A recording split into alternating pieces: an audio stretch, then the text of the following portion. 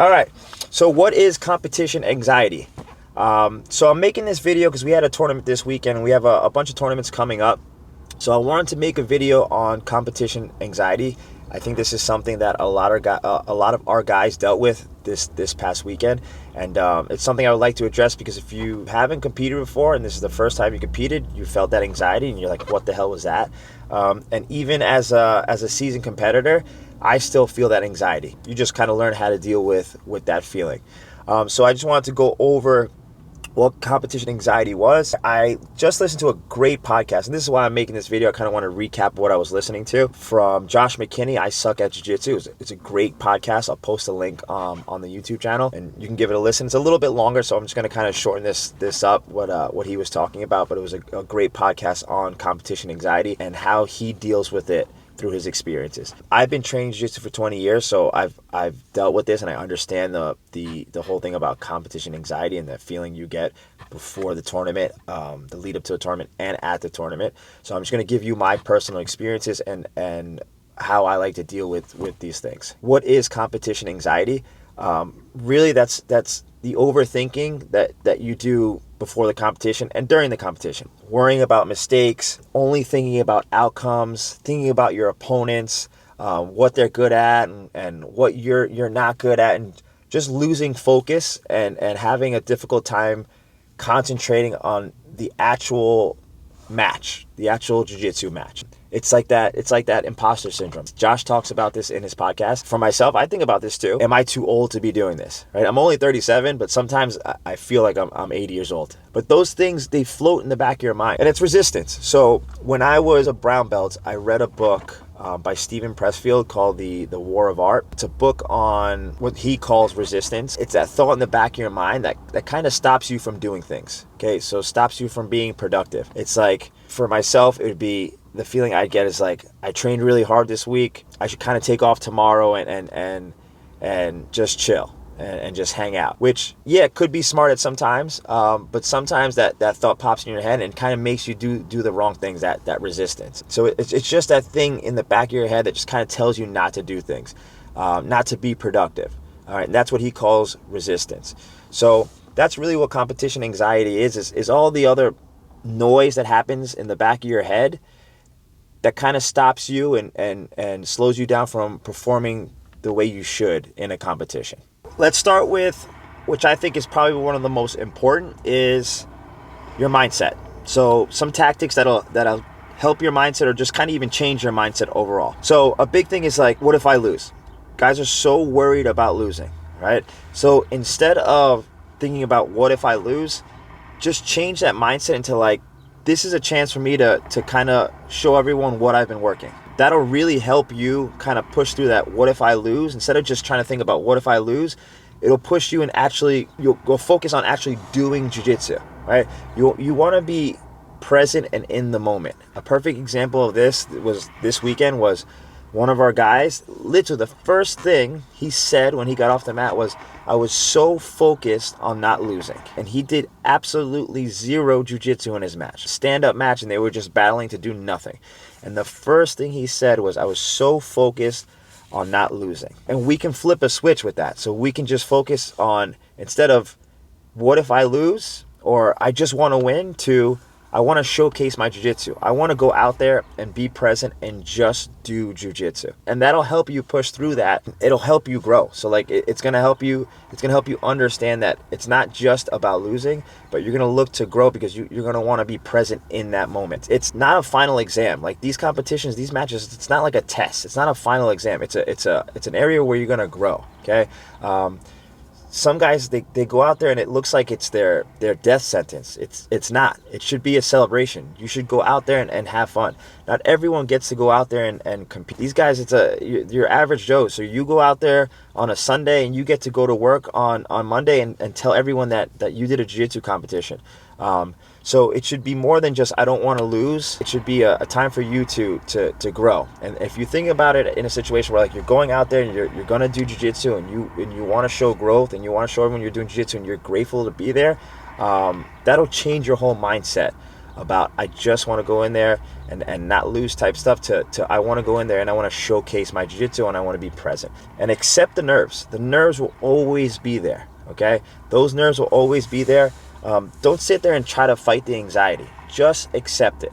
So at all levels, from white belt to black belt, you're going to have anxiety, okay? And that's from every genre. You can look at singers. Singers will, I don't care if it's Justin Bieber. I bet you he still has anxiety when he goes onto the stage, but he probably learned how to deal with those nerves. It's just, it is what it is.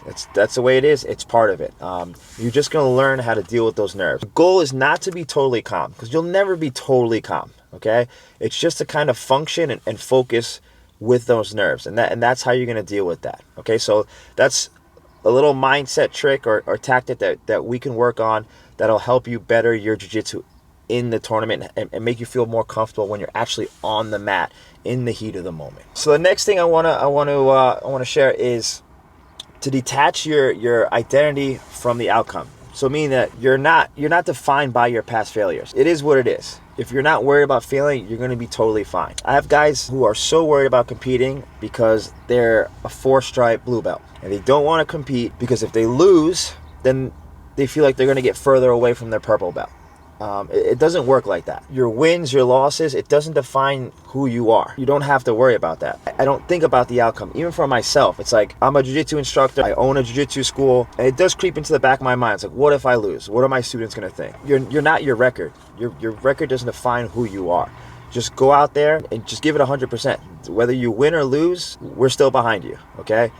Whether I win or lose, I know my students are still behind me. So it's the outcome doesn't define who you are. All right, so guys, the next thing I want to talk about is pre-competition routines. There's a bunch of stuff that I do before the competition, obviously leading up to the competition when it comes to training. There's little things I do that help me with anxiety right before the competition. Probably I feel like my secret weapon is breath work. Josh McKinney talks about this in the podcast, so when he talked about this, I was like, I like this guy already. Breath work is one of the biggest things. I've been doing breath work probably since 2018. It's something I do every single day. I practice every single day. Disclaimer with the breath work: make sure anytime, and look this up, but make sure you do, when you do breath work, that you're in a safe place. You're sitting. I usually do it in my car. Sit obviously with the car off, not driving. Make sure you're sitting. You're laying down. This is actually recently from breathwork. I got up, and I never do this. I got up and I fainted and smacked my face on the floor.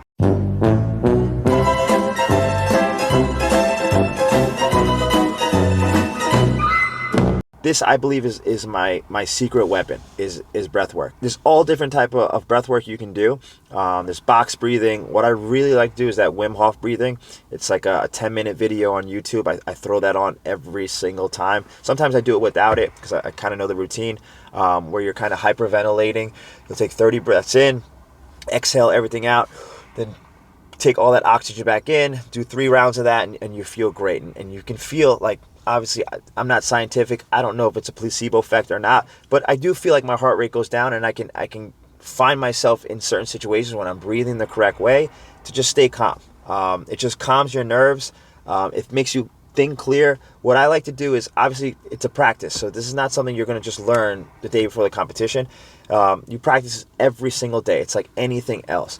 But what I like to do for competition is I'll make sure an hour before, maybe 2 hours before, is I'll hit that breath work, kind of open up my lungs, throw oxygen inside my body, and I'll feel great. For me, it's like bro science. It's, you can't hold your breath and sprint a mile, right? So you have to breathe. It's the same exact thing, right? So when we're doing jiu-jitsu, when you learn how to breathe the correct way, it's going to help you push through the matches. Your heart rate's going to go down. You're going to be able to go through those intense rounds. And I think that breath work is key to my training. It's probably one of the biggest things that I do, okay? And it's not just for the training jiu-jitsu. I do breath work sometimes before I teach class. Mostly all the time before I teach class, I'll do breath work. So it's just one of the secret weapons that I use that really helps me with anxiety. And like that word anxiety for me is like so cliche. I love anxiety. I love that feeling of being anxious, because I like to kind of like hone it and like just kind of nip it in the butt, especially with that breath work. Another thing with the pre-competition routines is visualization, like visualizing yourself in every single moment of the match or leading up to the match, but not making it a priority where it's eating you alive. But visualize yourself stepping onto the mat. Okay, visualize yourself getting ready, maybe putting tape on your hands. Visualize yourself going for your takedowns and passing the guard and going for your best submissions. Visualize yourself staying calm in bad positions. That's a big one. What I do is, like, sometimes I'll play in my head, like I'll go over best case scenarios and worst case scenarios where I'm mounted, I'm working to get out. I got my back taken, I'm figuring out a way to get out. Okay, so I visualize both the good and the bad. The bad isn't eating me alive. I visualize the good and the bad. Okay, and that's key for me. That's key. I'm in my head. There's a bunch of stuff that I play out in my head, but I make sure that, like, I'm winning. I see myself on that podium. The more you get familiar with these feelings in your mind, the more it's going to happen in real life. You're throwing it into your subconscious just to make it conscious. You want these feelings. If you're just telling yourself and you're doubting yourself, you don't know if you're good enough, and that's exactly what's going to happen. You think you're going to lose. You don't know that's exactly what's going to happen. So visualizing everything is super important. Okay, you don't have to be the most skilled, but for 6 minutes, you have to give it everything you got. Okay, there's been situations where I've been the underdog, and, like, I'll tell you a story. A couple years ago, no, maybe like 6 years ago, not a couple, now 6 years ago, 7 years ago now, I got a call from Holz Gracie to come do Kasai.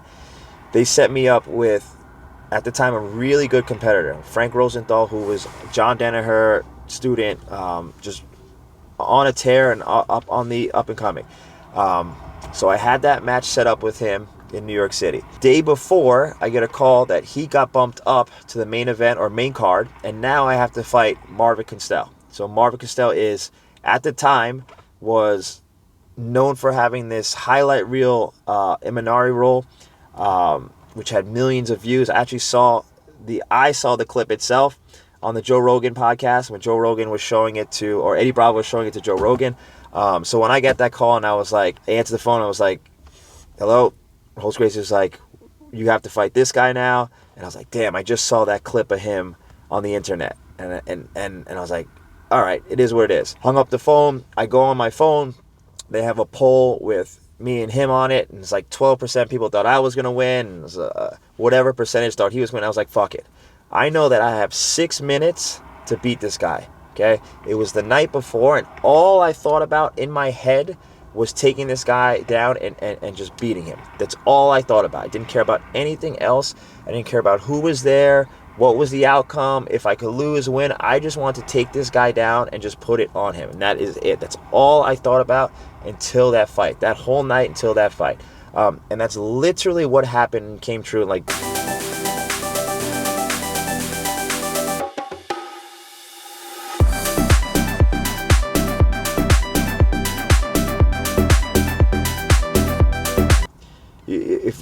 if you think about it and you process it over and over again, you really want it that way and you visualize it, that is exactly what's going to happen. Okay, so visualization is key.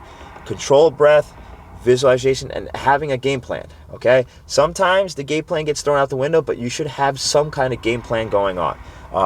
Your favorite takedowns, your number one takedown. What happens if they pull guard? The style of passing you're gonna do.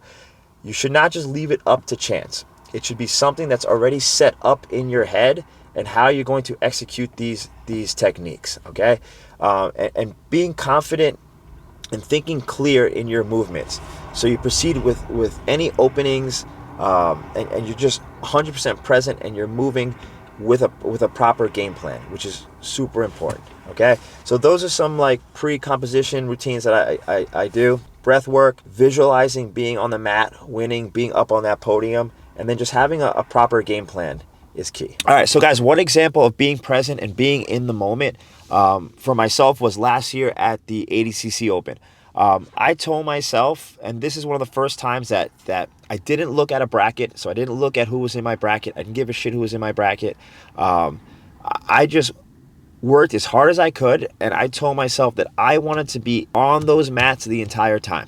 There's times where I just wanted to go into the tournament, try to beat the guy, and get out of there. And that happens all the time. We just want to win and we want to go home sometimes. But the best performance I've ever had and the most present I've felt was at the ADCC Open, where Again, like I said, I want to be on the mats the entire time. I said I wanted each match, and I didn't care how many people are in my division, how many people in my bracket, that I wanted each match to be an absolute war, and I want to stay on the mats the entire time. I didn't even want to submit the guys. I just wanted it to be a war, and I wanted to be on the mats the entire time. Which, because I had that feeling of wanting to be present and wanting to feel that, it opened up my jiu-jitsu. Like, all I did was jiu-jitsu. And that's all I did, right? I was out there. I didn't think about the clock. I didn't think about who I was fighting. All I did was jiu-jitsu, which led me to winning the tournament. My first match, because I was just so loose and open, and I just wanted to be there, I submitted the guy in a minute. Second match, same exact thing. I just wanted to be there, and all of a sudden I submitted the next guy in 2 minutes. In my finals match, which I had the best time of my life, was a 6-minute match with an absolute dog where we just went to war. And by the time I was done, it was a really close match, and I ended up winning the last 16 seconds. But I felt like I was going to have a heart attack, and it was the best feeling in the world, and I wouldn't give it for nothing. It was literally the best feeling in the world.